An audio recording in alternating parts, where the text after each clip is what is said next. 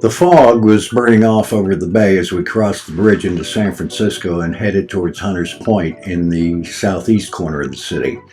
Our destination was Hillpoint Park, a modern neighborhood located within the redeveloped Hunters Point Shipyard in San Francisco's Bayview district.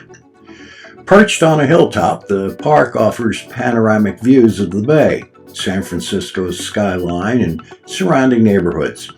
Designed as part of the city's long-term waterfront revitalization, it features open lawns, landscaped walking paths, children's play areas, signs recalling the area's Native American history, as well as the history of the shipyard it overlooks and public art that reflects the community's history. Hunters Point's story begins well before its naval era. In 1867, San Francisco's first permanent dry dock on the Pacific coast was built here, serving growing commercial needs. The surrounding shores were once home to a thriving Chinese shrimp fishing community, which was displaced when the Navy took over in 1939. With massive expansions by Union Iron Works and Bethlehem Shipbuilding, the shipyard became pivotal for big vessels, even serving President Theodore Roosevelt's Great White Fleet in 1907. The U.S. Navy purchased the site in 1940, with operations starting in 1941.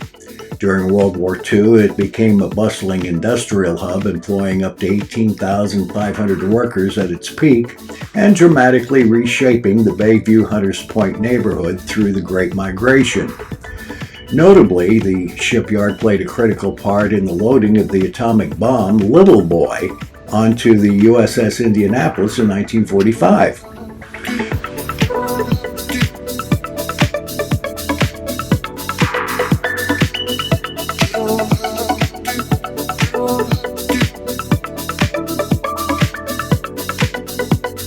In 1947, the Hunters Point gantry crane was erected, the largest of its kind worldwide at the time. It could lift 630 tons, and it was later augmented with a frame to test Polaris and Poseidon missiles reaching almost 500 feet in height.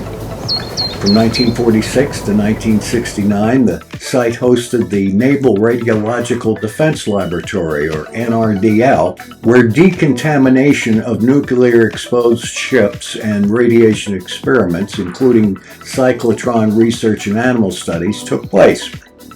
The shipyard's operational role wound down in 1974 with formal closure under the BRAC program occurring in 1994.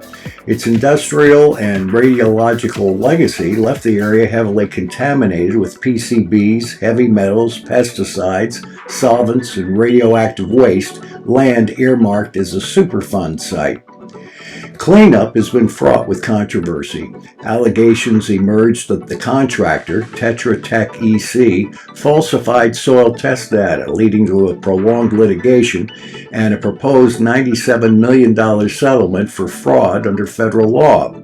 A resurgence began in the 1970s and 1980s when artists transformed disused Navy buildings into studios.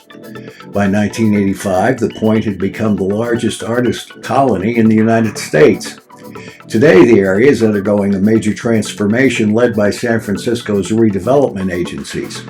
Projects include modern residential neighborhoods, parks, and community facilities. The Hilltop neighborhood now boasts over 500 new homes, 13 parks, and substantial public art, all part of a broader plan that will ultimately deliver 1,428 housing units, 26 acres of open space, and commercial space. From its roots as a commercial shipyard and reparative force during World War II to becoming a symbol of both environmental harm and cultural revival, Hunters Point Naval Shipyard encapsulates the complex history of San Francisco. Meanwhile, Hillpoint Park now offers scenic green space above the storied land, bridging its layered past with a hopeful, better future.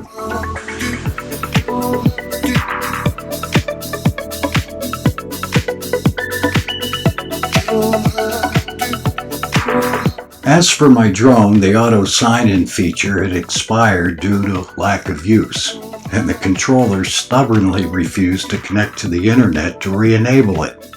Hence, I couldn't fly more than 100 feet up or 100 feet away from where I was standing. Worse, when I got home, I couldn't download what limited footage I did get onto my computer. It was 2 weeks of frustration before all my issues were resolved, and I was able to add in the drone footage to this video.